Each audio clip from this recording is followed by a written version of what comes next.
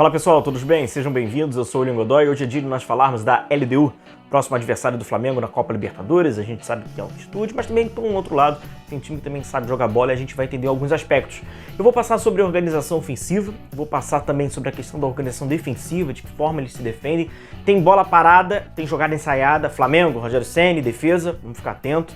Tem uma questão de bola parada, fica muito claro, eles repetem bastante e é a principal jogada de bola parada ofensiva. A gente vai entender qual é a lógica deles e também vamos falar um pouquinho sobre essa questão das transições e tal. Então é importante a gente acompanhar. Por isso até eu peço para vocês deixarem o like. Pô, gostou do conteúdo? Acho legal. Uma forma de a gente ajudar aqui o canal sempre gerar conteúdos legais. Então vamos lá, vamos começar a estudar um pouco sobre essa LDU. Bom, vamos então passar por alguns aspectos importantes. Antes de qualquer coisa, antes de nós falarmos da transição, tem um problema defensivo da LDU que o Flamengo pode explorar. Antes de qualquer coisa. A estratégia do Flamengo, da altura do seu bloco de marcação, eu acho que ele vai interferir diretamente no resultado da partida. Não digo nem na competitividade do Flamengo, no resultado.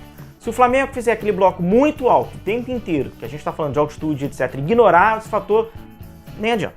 A competitividade vai ser lá embaixo, é tudo que eles querem. A gente vai entender que a LDU não gosta de ter a bola, então ele dá a bola para o adversário. Em muitos períodos da partida, o Flamengo que vai propor o jogo, que ele vai buscar o contra-ataque. Quando o Flamengo não tiver a bola, o Flamengo vai precisar jogar. Se for com aquele papo que tem que jogar lá em cima, vamos linha alto, bonito pra caramba, vai tomar lá atrás, como tomou na temporada da Libertadores passada. Então o Flamengo não pode repetir esse erro, vai ter que saber estudar qual é o momento da altura do bloco. A princípio, o bloco médio é o que deixará o Flamengo mais seguro e mais competitivo jogando na altitude. Não pode desdenhar a altitude. Bom, vamos então começar com a organização ofensiva, né? Como a LDU planeja atacar a profundidade do adversário, atacar a meta do adversário, seja por dentro e principalmente pelos lados. A gente vai ver que tanto pelos lados, lado direito e lado esquerdo, dão muito apoio ao jogo de ultrapassagem da LDU. É um jogo direto que utiliza o Borja como esse homem mais fixo, como eu falei, trabalhando até mesmo como pivô, vai passando por uma boa fase da LDU, mas eu quero que vocês observem aqui, tanto pelo corredor central, com esse jogo mais de construção e até de apoio, igual, ó lá. O Borja fazendo a sua posição como um pivô, trabalhando de costas para a última linha, mas observe a ultrapassagem pelo lado esquerdo. O Cruz ultrapassa pelo lado esquerdo, assim como o Perlaça pelo lado direito. Então a gente vai observar que na organização ofensiva, eu repito, o treinador da LDU, ele pauta o seu jogo também no corredor central, mas com ultrapassagem pelos corredores laterais. E esses corredores, eles são ocupados pelos seus respectivos laterais. Lateral direito, o Perlaça, lateral esquerdo, o Cruz. Dão muito apoio. Então isso é óbvio que acaba condicionando a equipe adversária, no caso do Flamengo, na linha média. Vamos dar um exemplo. Bruno Henrique, que joga um pouco mais aberto pelo lado esquerdo, e o Everton Ribeiro, que joga um pouco mais aberto pelo lado direito. Esses jogadores eles têm, obviamente, incumbências defensivas. E é neste período de ultrapassagem dos laterais que Bruno Henrique e Everton Ribeiro devem, respectivamente, marcar o lateral direito e marcar o lateral esquerdo no período da ultrapassagem. Então vai precisar sim desse jogo de solidariedade do Flamengo na transição defensiva, para não sobrecarregar a última linha, porque essas ultrapassagens têm como meta criar superioridade quantitativa na área do adversário, próximo ao último terço. Então vai precisar desse jogo apoio defensivo, muita solidariedade defensiva, tanto do Everton Ribeiro quanto do Bruno Henrique, uma vez que eles trabalham um pouco mais pelo lado esquerdo. Por isso que fazer o bloco tão alto, uma vez que vai ser quebrado com facilidade, além de todo o desgaste da altitude, é burrice. Mais pra frente vou trazer para vocês uma outra questão ofensiva, que é a bola parada, que é a jogada ensaiada e tal. Vamos aproveitar e falar agora de organização defensiva, pra gente entender como é que é a LDU sem a bola. Dois jogadores marcam um pouco mais a saída de bola, eles não fazem uma marcação tanto de pressão, é que eles permitem realmente que o adversário saia, porque ele quer que o adversário saia para buscar a profundidade, para buscar as costas. Então a gente vai observar que eles trabalham com duas linhas com 4 jogadores, e os dois jogadores um pouco mais à frente. O Borja faz um pouquinho mais de pressão, o Biliarce faz uma pressão também junto com o Borja e tal. Mas essa linha média que é interessante. Essa linha média, ela marca por zona.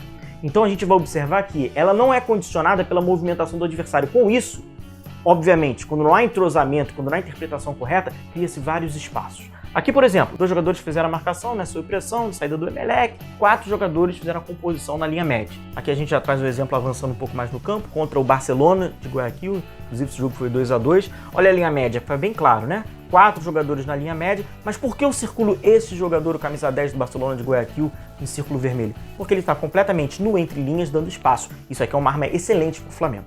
Uma vez que essa linha média ela não é condicionada pela movimentação, você consegue trazer o jogador para, em aspas, flutuar entre essas linhas. Por exemplo, um Arrascaeta, por exemplo, para trazer por dentro. Por quê? A última linha, a gente vai observar que ela já faz um pouco mais, uma marcação um pouco mais por homem, ela já é condicionada pela movimentação, porém, eles têm a preocupação em deixá-la sempre sustentada, quer dizer, eles não querem quebrar. Sempre ficam os 4 jogadores no período da organização defensiva, eles sempre tentam se organizar de uma forma sustentada, meio enfileirados, os 4 jogadores. Então a gente pode afirmar que por esse conceito, dessa linha média, um pouco mais avançada, mas marcando por zona, vai gerar espaço nas suas costas, podendo ser aproveitado, por exemplo, por um Arrascaeta. E o que deu para observar também é que diversas vezes o adversário ele acaba igualando numericamente com a última linha da LDU, o que é um problema para qualquer defesa. Por exemplo, aqui teve período de transição do Emelec, 4 jogadores circulados, né, vermelho, 3 jogadores na última linha, a linha sustentada foi quebrada e a gente observa que a partir da linha da bola em diante são 4 contra 3, porque há 2 jogadores da LDU ficaram. É aquela composição da linha média, foi facilmente quebrada e aí um Deus nos acuda para a última linha. Como eu trago mais uma vez, mais um exemplo, muito semelhante inclusive ao do Barcelona de Guayaquil. Olha a última linha, sustentados, 4 jogadores, ok. Mas tem um jogador completamente livre à frente dessa linha, atrás da linha média. Mais um jogador podendo, em aspas, né, flutuar entre essas linhas, dando liberdade, dando espaço. É tudo que o Arrascaeta precisa, é tudo que o Flamengo precisa na organização ofensiva. E como último exemplo nessa concepção, mais uma vez, ó, a linha sustentada, correndo para trás, entrando na área e 2 jogadores já entrando do adversário sem nenhuma companhia. Porque a linha média já ficou para trás, então vai entrando com liberdade, 2 jogadores na meia-lua e os defensores, né, principalmente os zagueiros, eles não saem para diminuir o espaço, eles querem manter a linha sustentada. Aqui vamos falar da bola parada ofensiva. O Flamengo tem que abrir o olho nisso aqui, a gente sabe todos os defeitos que o Flamengo tem, os problemas que o Flamengo tem com bola parada defensiva, sobretudo com escanteio, e aqui a gente vai falar de um ponto forte da LDU e como é a jogada deles. É simples, cobrança é pelo destro, pelo lado direito, por exemplo, com o Bilharce, ele faz a cobrança na primeira trave.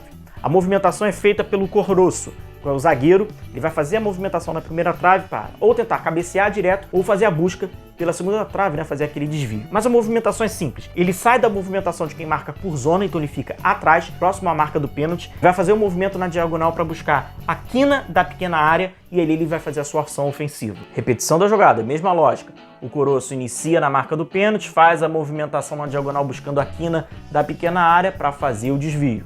Outra vez, mesma lógica. Ele sai da marca do pênalti, faz o movimento na primeira trave, uma vez que o jogador da primeira trave está marcando por zona, então ele invade esse espaço, mas desta vez para fazer o desvio na segunda trave para o Christian Borja. Então, mais uma vez, o Corroço sendo uma peça fundamental na bola parada ofensiva de escanteio, ele é o jogador para fazer o desvio ou a finalização, fazendo o movimento de diagonal na primeira trave. Jogo direto pro Borja, ultrapassagem dos 2 laterais, buscando a superioridade à última linha do adversário. Contudo, o defeito fica na transição defensiva e principalmente na organização defensiva. Uma vez que é quebrada a linha média, há muito espaço, como a gente viu, a linha média ela marca por zona, deixando a última linha, que tem uma, em aspas, obrigatoriedade de ficar sustentada, muito fixa e muito refém da movimentação do adversário. Isso é o mesmo um resumão da LDU, como o Repeto organiza, né, em cada setor. A LDU, vamos ver se o Flamengo vai ter a inteligência, principalmente a inteligência e a sabedoria de jogar contra a LDU na altitude. Logicamente, num outro ambiente, no Maracanã, num outro local, aí muda bastante. Agora, na altitude, tem esse asterisco, tem essa especificação, que ela é muito singular. Precisa ter inteligência e sabedoria como vai jogar sem bola. Então, pessoal, vou encerrando o vídeo por aqui. Mais uma vez, agradecer a companhia de vocês. Deixem um like, se inscrevam no canal. Um ótimo jogo pra gente. Um forte abraço a todos, se cuidem. Tchau, tchau.